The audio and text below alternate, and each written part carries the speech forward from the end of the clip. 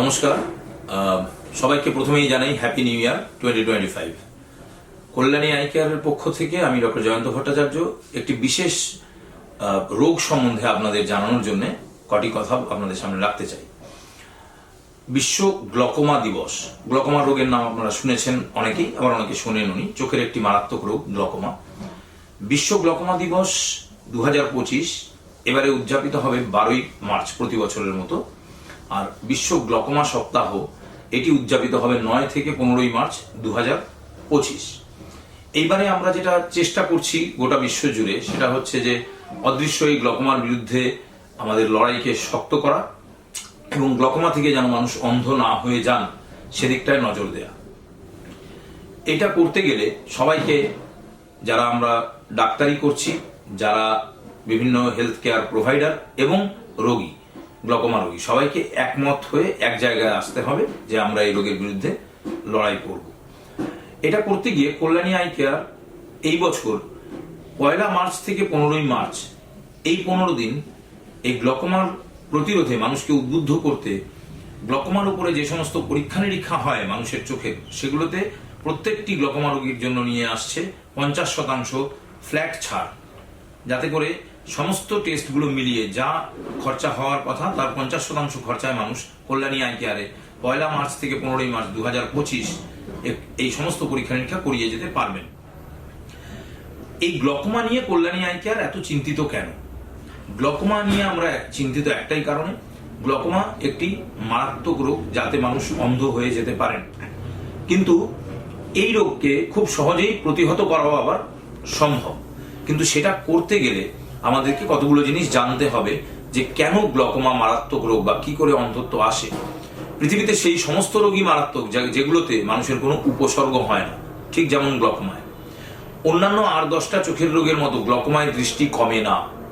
প্রাথমিক পর্যায়ে একেবারেই দৃষ্টি কমে না, ফলে আস্তে আস্তে চোখের যে ক্ষতি হচ্ছে সেটা রোগী বুঝতে পারেন না এবং একদিন তিনি অন্ধ হয়ে যান কিছু না বুঝে উঠতে পেরে। এই রোগ সম্বন্ধে সেই জন্য মানুষের অবহিত হওয়া উচিত। প্রশ্ন হচ্ছে, এরকম যদি একটা রোগ থেকে থাকে তার প্রতিকারের জন্য আমি কি করব? জানতে হবে যে কারা এমন মানুষ পৃথিবীতে যাদের গ্লকোমা হতে পারে। একদম সোজা কথায় হচ্ছে 40-এর বেশি যদি কোনো মানুষের বয়স হয়ে থাকে তার অন্য কোনো রোগ ব্যাধি থাকার প্রয়োজন নেই। 40 বয়সটি গ্লকোমা আসার জন্য একটি বর্ডার লাইন বয়স। অর্থাৎ 40 বছর যদি আপনার বয়স হয়ে থাকে তাহলে অবশ্যই আপনি গ্লকোমার জন্য আই চেক আপ করান। এছাড়া যদি কোনো মানুষের ডায়াবেটিস থেকে থাকে, তার যদি ব্লাড প্রেশার থেকে থাকে, যদি খুব হাই মাইনাস পাওয়ার থেকে থাকে চোখে অথবা হাই প্লাস পাওয়ার থেকে থাকে, তাহলেও গ্লকোমা হওয়ার সম্ভাবনা আছে। এমন যদি হয় যে রক্তের সম্পর্কে কারুর গ্লকোমা রোগ রয়েছে আপনার আগের জেনারেশনে, তাহলেও কিন্তু আপনার গ্লকোমা হতে পারে। কোনো আঘাত লেগেছে কখনো চোখে, ডেফিনেটলি গ্লকোমা হতে পারে। এই যে এতগুলো সম্ভাবনা, এবং এরকম আরো অনেক সম্ভাবনা আছে। যারা অনেক দিন ধরে কোনো না কোনো কারণে স্টেরয়েড ওষুধ ব্যবহার করছেন, সেটা মুখে খাওয়ার জন্যই হোক বা চোখের ড্রপই হোক বা স্কিনের জন্য মলম হিসেবেই হোক, তাদেরও কিন্তু অনেক দিন ব্যবহারের পর, স্টেরয়েড ব্যবহারের পর গ্লকোমা হওয়ার সম্ভাবনা থাকে। এরকম আরো নানাবিধ সম্ভাবনা আছে যেগুলো মানুষকে গ্লকোমার দিকে ঠেলে দিতে পারে। এই নানা রকম অসুবিধা থেকে গ্লকোমার আগমন হতে পারে চোখের মধ্যে। এই ব্যাপারগুলোতে আমাদেরকে সতর্ক থাকতে হবে, মানুষকে এটা জানতে হবে। আপনি যখন চোখ দেখাতে যাবেন, যেটা খুব কমনলি আমাদের হয় যে চশমার পাওয়ার চেক আপ এবং চশমার প্রেসক্রিপশন এটা নিয়ে বাড়ি চলে আসেন। খুব মারাত্মক একটি প্রবণতা। কেননা সম্পূর্ণ আই চেক আপ না হলে কিন্তু কোনোদিনই গ্লকোমার মতো মারাত্মক রোগ আপনার চোখে আছে কিনা আপনি ধরতেও পারবেন না, জানতেও পারবেন না। সেই জন্য যখনই চোখ দেখাতে যাচ্ছেন আপনার সম্পূর্ণ বিস্তারিত যেন চোখের চেক আপ হয় সেদিকে নজর রাখুন। এবং অবশ্যই গ্লকোমা যদি কারো নাও থাকে তাহলেও 40 বছর বয়স পেরিয়ে গেলে বছরে একবার সম্পূর্ণ বিস্তারিত এবং অবশ্যই নিয়মিত, ঠিক যেমনটি আপনার ডাক্তারবাবু বলবেন সেরকম ভাবে আই চেক আপ আপনি রেগুলার করাতে থাকুন, তবে এই গ্লকোমা রোগ ধরা পড়বে। এই গ্লকোমা রোগ ধরা পড়তে গেলে কি কি পরীক্ষা ডাক্তারবাবুরা আপনাদের করতে পারেন? আমরা যারা চোখের চিকিৎসা করি, আমরা চোখের দৃষ্টি সবারই পরীক্ষা করা হয়, পাওয়ার সবারই পরীক্ষা করা হয়, কিন্তু এরপরেই আসল পরীক্ষা নিরীক্ষা শুরু হয়। যখন আমরা চোখের ভেতর ভাগটাকে, চোখের নার্ভকে যখন পরীক্ষা করি তখন আমরা চোখের প্রেশারটাও দেখি এবং কখনো কখনো প্রয়োজনে গনিওস্কোপি বলে একটি পরীক্ষাও করে থাকি। প্রশ্ন হলো, এই যে গ্লকোমা সম্বন্ধে এত কথা বলা হচ্ছে, আসলে হয়টা কি? যেটা হয়, আমাদের চোখে যে ছবি তৈরি হয়, যার খবর অপটিক নার্ভ নামে একটি নার্ভের মধ্যে দিয়ে আমাদের ব্রেনে গিয়ে পৌঁছয়, সেই নার্ভের একটি রোগ হচ্ছে গ্লকোমা।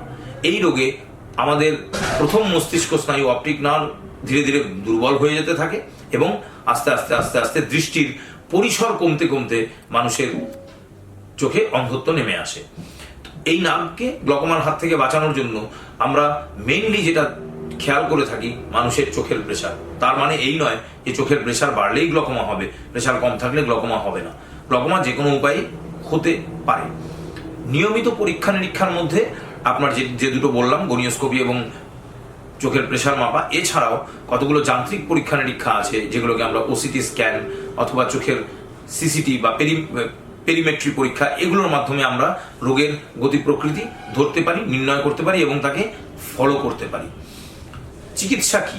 এই রোগের চিকিৎসা কিভাবে হবে এবং মানুষ তার অন্ধত্ব কিভাবে প্রতিরোধ করবেন?